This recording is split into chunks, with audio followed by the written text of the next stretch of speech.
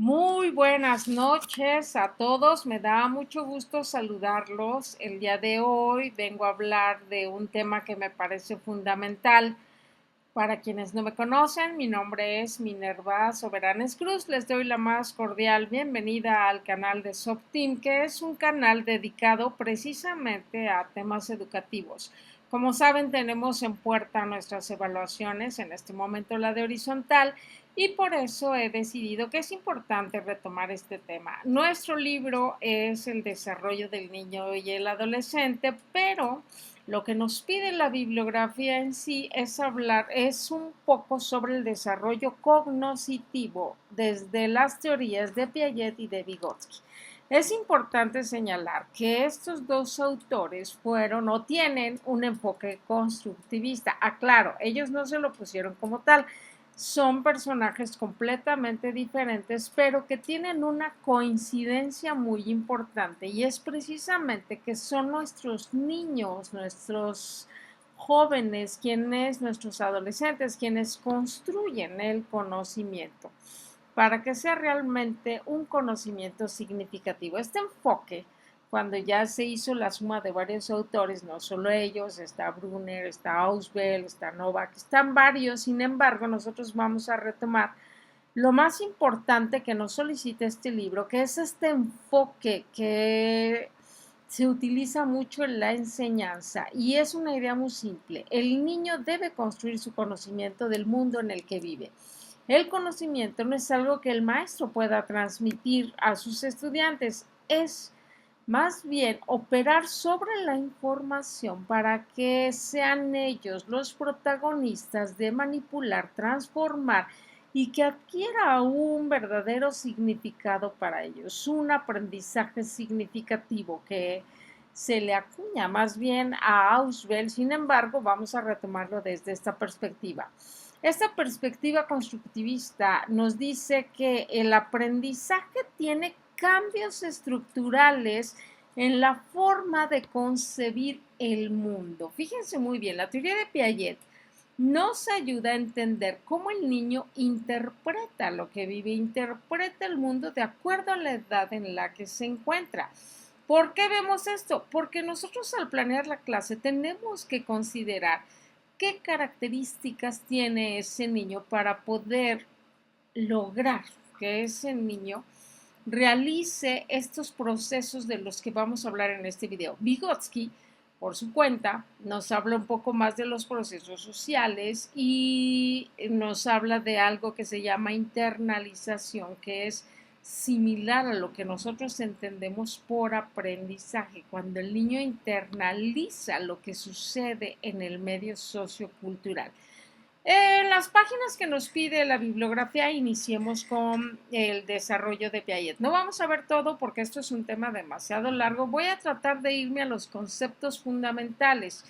Piaget nos decía que nuestros niños son pequeños científicos, y se quedó encantado cuando estudiaba él filosofía. Veía precisamente en la parte de la epistemología, que es la ciencia del conocimiento, cómo conoce el que conoce. Y se dio cuenta que los niños construyen activamente su conocimiento usando lo que saben e interpretando nuevos hechos. No le interesaba lo que conoce el niño, sino cómo piensa en los problemas y en sus soluciones. Cómo soluciona las cosas el pequeño, el adolescente, el joven. Piaget fue un teórico que nos dividió a estas etapas cognitivas en cuatro: la sensoriomotora, la preoperacional, la de operaciones concretas y la de operaciones formales. En cada etapa nos habla de características muy específicas. Este desarrollo no solamente tiene cambios cuantitativos en los hechos, en las habilidades, sino en transformaciones en las estructuras mentales de quien adquiere el conocimiento. Esta etapa, nos decía Piaget, no es igual para todos, depende de muchas circunstancias que viven nuestros niños de acuerdo al entorno en el que se desenvuelven. Él nos hablaba de estas cuatro etapas: Aproximadamente nos decía que el niño al nacer tiene esta etapa sensorio-motora, el niño activo, todo toca, todo se lleva a la boca. Hasta los 2 años aprenden una conducta y va adquiriendo la permanencia de los objetos. Cuando ya está en la etapa preoperacional, es el niño intuitivo. Puede utilizar símbolos, sabe que es una galleta aunque no la esté viendo en ese momento y su pensamiento aún es rígido y hay mucho egocentrismo en esta etapa. Cuando el niño pasa a las operaciones concretas es el niño práctico.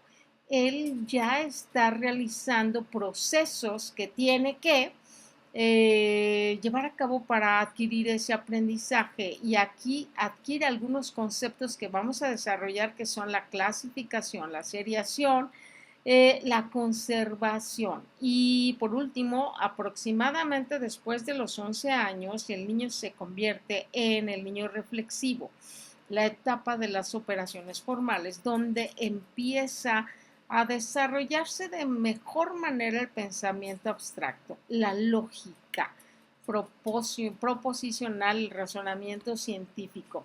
Precisamente Piaget nos habla de este desarrollo en las estructuras, ojo, el desarrollo cognoscitivo nos decía empieza donde el niño empieza a organizar sus esquemas. Él le llamaba esquemas, estas acciones, operaciones mentales, donde adquirimos la información sobre el mundo. A medida que el niño va pasando por estas etapas, va desarrollando todas estas habilidades y no solamente va construyendo nuevos esquemas, sino que reorganiza y diferencia lo que ya tiene en sus estructuras existentes. Para esto, él habla de los términos de la organización y la adaptación. Dos principios básicos que él conoce como funciones invariables y que nos ayudan a desarrollar precisamente el pensamiento del niño. Él nos habla de esta organización donde el niño va dándole forma a su vida a través de la asimilación y la acomodación. Esta es una diferencia fundamental con la teoría de Vygotsky.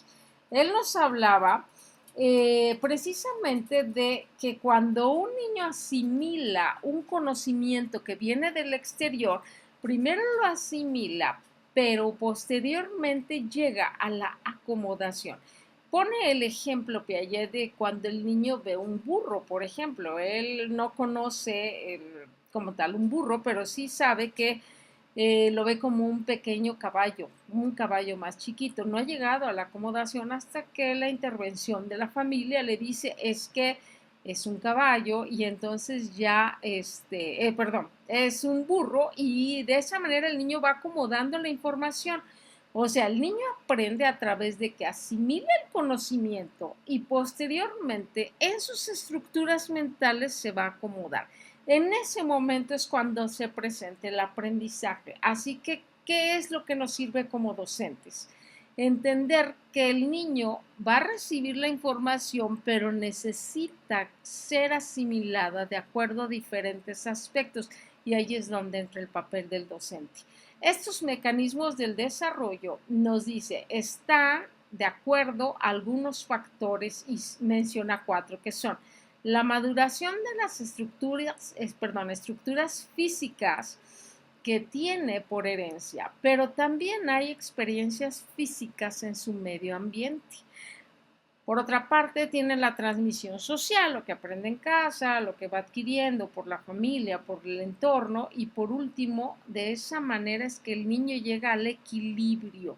Cuando el niño llega al equilibrio, cuando se hace coherente la asimilación y se acomodan esas estructuras mentales, entonces llega lo que nosotros conocemos como aprendizaje. Ese equilibrio es un concepto de la teoría de Piaget y designa a esta característica de hacer concordar la información que recibe con sus estructuras cognoscitivas. Tenemos, y a partir de allí, repito, no me voy a detener mucho porque es un proceso que tenemos que ir entendiendo. Fíjense muy bien. Primero nos habla de la etapa sensoriomotora, donde nos dice que el niño está orientado a metas, por ejemplo, alcanzar un objeto, tener algo que desea la mamila, o sea, llora su meta es satisfacer el hambre, él llora, está más ligada a las metas y a la permanencia de los objetos. Cuando nace nos dice que está centrado precisamente en esto que Piaget llama reacciones circulares, porque se vuelve como un patrón. Cuando termina el primer año empieza a ver algunos otros eventos para alcanzar sus metas. No me voy a detener, repito, porque esta etapa no la tenemos tanto en la escuela. Fíjense bien, cuando empieza a desarrollar la permanencia es saber que las cosas existen aunque no las vea. Por ejemplo, lo que les decía yo hace un momento de que el niño sabe que el muñeco existe y los papás a veces se lo esconden abajo del zarape y el niño empieza a darse cuenta que aunque no lo ve, el objeto existe. Se adquiere en específico entre los 4 y 8 meses de edad y ahí se da cuenta que las cosas no desaparecen, que regresan y ahí es donde empieza el primer vislumbre de la permanencia de los objetos y entonces el niño empieza a adquirir diferentes habilidades. Posteriormente nos habla de lo que es la etapa preoperacional. En la etapa preoperacional ya el niño está pasando por diferentes eh, procesos, ya sabe que las cosas existen y empieza a comunicarse a través de palabras. Aquí el niño ya empieza a hablar, a utilizar números, porque es algo que ve, observa con su familia, la mamá, el papá le dicen, a ver, 1, 2, 3, y no es que tenga conciencia de eso, pero es algo que está repitiendo de lo que observa.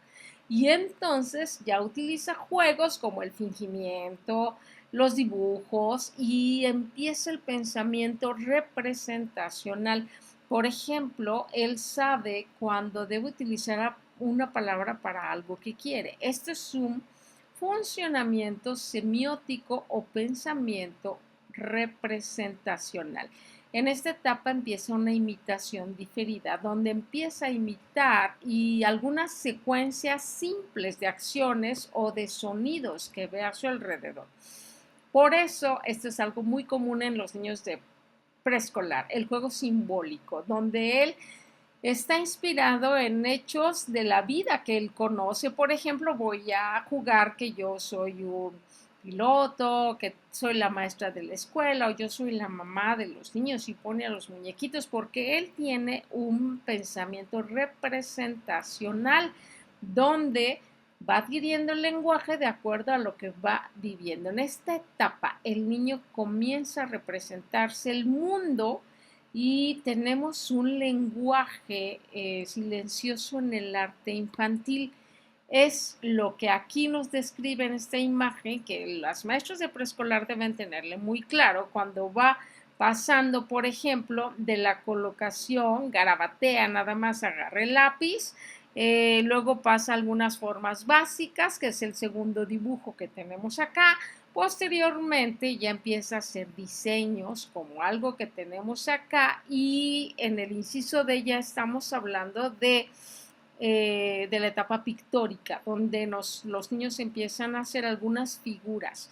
Y por último va haciendo, pues acercándose a lo que es una figura humana, obviamente muy pues precisamente porque está iniciando a hacer esto y también adquiere algunos conocimientos numéricos. No, repito, porque tenga como tal el concepto del número, porque ese se adquiere más en las operaciones concretas, pero sí tiene una idea de esas relaciones que existen cuando alguien le está contando. 1, 2, 3.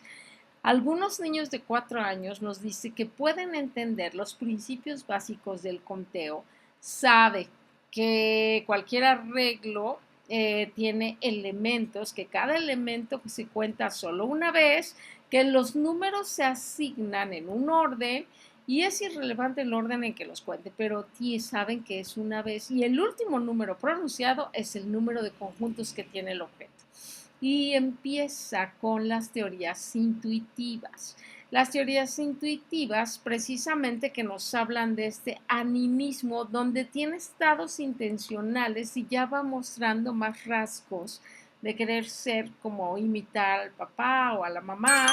Y este calificativo nos dice es precisamente donde empieza con la metacognición, pensar en el pensamiento, va adquiriendo conceptos que son importantes para él y que representan una etapa que es donde vamos a pasar a la siguiente. Hay algunas limitaciones en el preoperacional. Los niños son muy egocéntricos. Hay una centralización y rigidez. Tenemos, si ustedes lo observan, monólogos colectivos. Todos están hablando al mismo tiempo, aunque estén jugando juntos, pero cada quien está con sus cosas y todos son monólogos, pero todos están juntos. Sin embargo, aquí es donde se empieza a mostrar la capacidad para ajustar su comunicación a la perspectiva de los oyentes. Aquí es cuando se da la centralización y es cuando invierte mentalmente esa manera de comunicarse y de expresarse, que es donde entran las operaciones concretas. Durante los años de primaria, el niño ya empieza a utilizar estas operaciones concretas y este ejemplo es un ejemplo de seriación que no hace un niño de preescolar, pero que sí hace un niño que entra a las operaciones concretas. Por ejemplo, la seriación, donde puede poner en orden algunos. Aquí nos muestra un ejemplo, los palitos. En la primera solamente los pone porque él quiere, pero en la segunda ya puede utilizar el esquema de menor a mayor. Esta es una característica que él nos habla de las operaciones concretas y como docentes sabemos que hay una diferencia. También entra aquí en la etapa de la clasificación, donde, por ejemplo, va agrupando de acuerdo a las características de los objetos y nos pone este ejemplo. Este ejemplo, por ejemplo, nos dice, bueno, a lo mejor en una etapa preoperacional el niño no sabe que va al centro. Para nosotros es muy claro que va a un círculo negro, pero no es tan fácil. Para un niño podría dibujar un triángulo blanco o podría dibujar un cuadrado negro, porque no tiene ese concepto hasta las operaciones concretas, que es lo que nos está diciendo Piaget. Van avanzando en lo que van aprendiendo. Ya en las operaciones concretas se da la conservación, donde entender que los objetos permanecen y que su aspecto físico puede variar. Y aquí es cuando el niño empieza a entender las dimensiones de número, líquido, sustancia, longitud, volumen, y entiende que, por ejemplo, un vaso de agua, aunque no tenga, si lo vacío en un recipiente, aunque esté más alto, sabe que tiene la misma cantidad. Un niño chiquito nos dice, ese tiene más porque está más grande, o este tiene menos porque está más chiquito. Entonces empieza la etapa de negación, compensación e identidad. Y, por ejemplo, la negación, cuando nos dice se puede volver a vaciar, será la misma. El agua sube más, pero porque el vaso es más delgado. Sus estructuras mentales están compensando.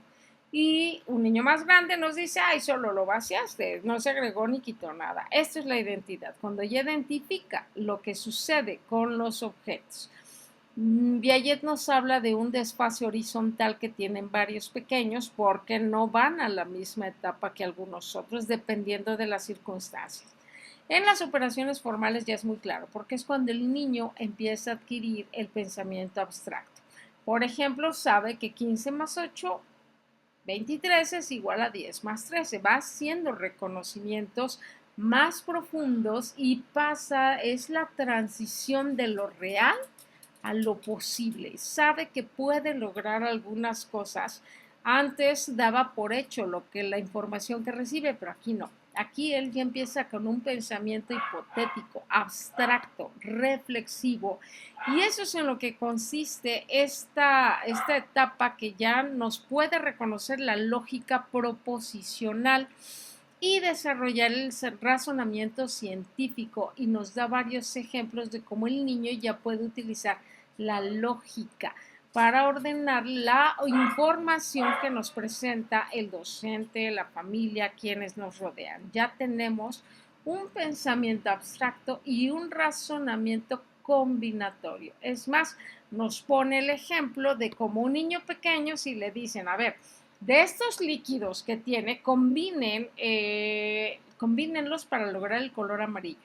Y tiene ciertas condiciones. Un niño pequeño combina todo, pero bueno, más bien va combinando todo con lo amarillo, porque eso es lo que busca. Sin embargo, un niño más grande, ya en el pensamiento abstracto, puede ir combinando del 1, el 2 y el líquido amarillo, o del 3 y 4 y el líquido amarillo, porque va a ser diferentes combinaciones hasta lograr su objetivo. Es porque él ya tiene un razonamiento.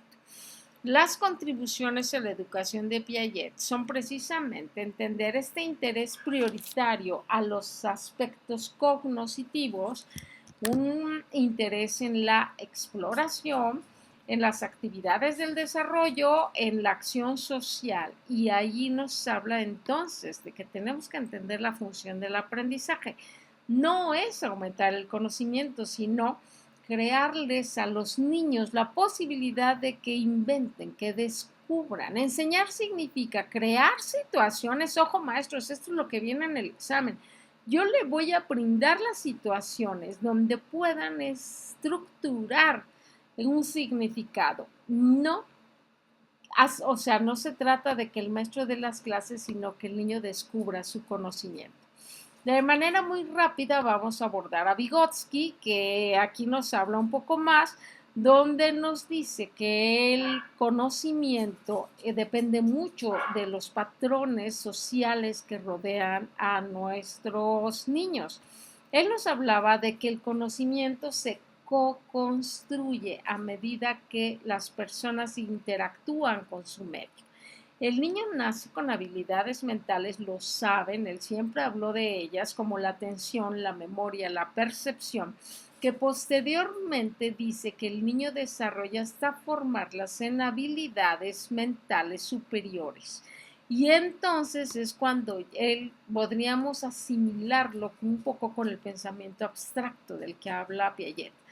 Él más bien cuando se refiere al aprendizaje, se refiere a la internalización. Así como Piaget nos habla de asimilación y acomodación, Vygotsky nos habla de internalización, que es donde el niño adquiere, internaliza lo que aprende de su medio. Nos dice que todo esto está en función del lenguaje, especialmente el habla, y nos retoma el tema de las herramientas del pensamiento, donde nos dice que mucho tiene que ver el lenguaje. Toda cultura tiene herramientas, pero en el caso de nosotros, desde que somos pequeños, el lenguaje es la herramienta fundamental, porque el niño desarrolla esta manera, este desarrollo intelectual es precisamente desarrollado por lo que él conoce del ambiente del lenguaje, y nos habla de la etapa social, de la etapa egocéntrica y el habla interna, hasta llegar al habla social. Nos dice que el habla egocéntrica es cuando los niños empiezan a hablar, por ejemplo, para regular su conducta, su pensamiento. Habla consigo mismo, lo que mencionábamos con Piaget y los monólogos, donde él está, por ejemplo, y es que venía el caballo y hizo y dijo, y él está hablando, tiene un habla privada, es egocéntrica. Cuando se convierte en interna, cuando ya no lo expresa todo, sino que empieza a hablar para sí mismo. Dirigen su pensamiento, su conducta, y entonces pueden reflexionar sobre algunos problemas, como solicitarle, por ejemplo, pedirle a mamá algo que necesita, algo que quiere. Ya no está como loquito gritando, ya empieza precisamente a darle una forma al pensamiento. Esto es lo que nos dice Vygotsky y su principal legado fue el de la zona de desarrollo próximo. Este esquema nos lo deja muy claro. El niño tiene un nivel de conocimiento que está en función de lo que le rodea. Sin embargo, él puede mejorar ese conocimiento, llegar al desarrollo potencial.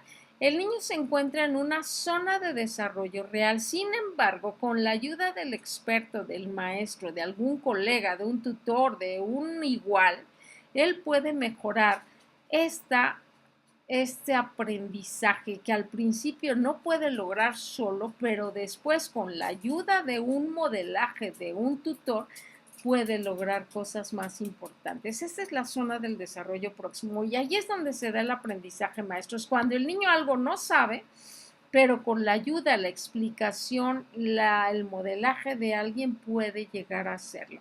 Esa brecha que existe entre lo que sí puede hacer y lo que puede llegar a hacer es la zona del desarrollo próximo y ahí es donde entra la importancia de la enseñanza del docente o el trabajo entre pares, el trabajo colaborativo. Y nos dice que estas habilidades se requieren porque está en función de dónde vivimos. No es lo mismo una sociedad urbana que una sociedad agraria, nos lo dice y nos comenta que es aquí que esa habla privada donde él está reaccionando a la información que recibe de su entorno es lo que va formando la autorregulación, el aprender a aprender. Él no utilizó ese término. Él nos decía que es el modo en el que él orienta su pensamiento y su conducta. De acuerdo a lo que sabe, él va a tomar decisiones en su actuación. Conforme madura, nos va a hablar precisamente de estos susurros que le van dando idea de lo que tiene que hacer para lograr sus objetivos. Esto, comenta Vygotsky, tiene que ser una autoinstrucción, no como hacemos en el método tradicional, sino él construyendo su aprendizaje a través de su autodirección, autocontrol, para que pueda lograr sus objetivos. Recalcó que los adultos guían, apoyan y desarrollan al niño y a eso le llama la participación guiada. Ojo con esto, maestros, porque eso es lo que nos importa de este material. Nosotros vamos a promover esa participación guiada y tiene 3 fases. Primero, se seleccionan y organizan las actividades, tarea del docente, para adecuarlas a las habilidades e intereses del niño, que las metodologías sociocríticas son muy claras con esto. También lo mencionaba el modelo 2017 con sus principios pedagógicos, cuando partimos de los intereses de los estudiantes y posteriormente el docente ayuda con el soporte, la vigilancia, la guía, el acompañamiento en las actividades.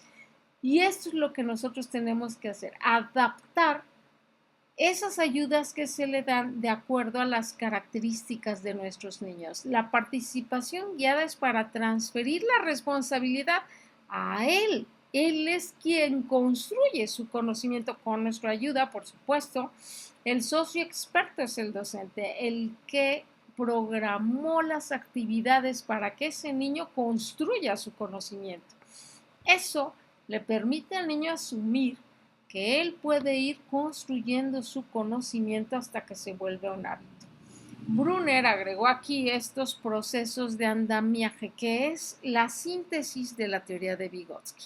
Nos dice que nosotros tenemos que ayudar al alumno, primero en el reclutamiento, lograr que el niño capte el interés, sea motivado de la actividad que va a realizar, atraparlo, en otras palabras. Segundo, demostrar las soluciones. Modelaje, también principio pedagógico que se mencionó en 2017.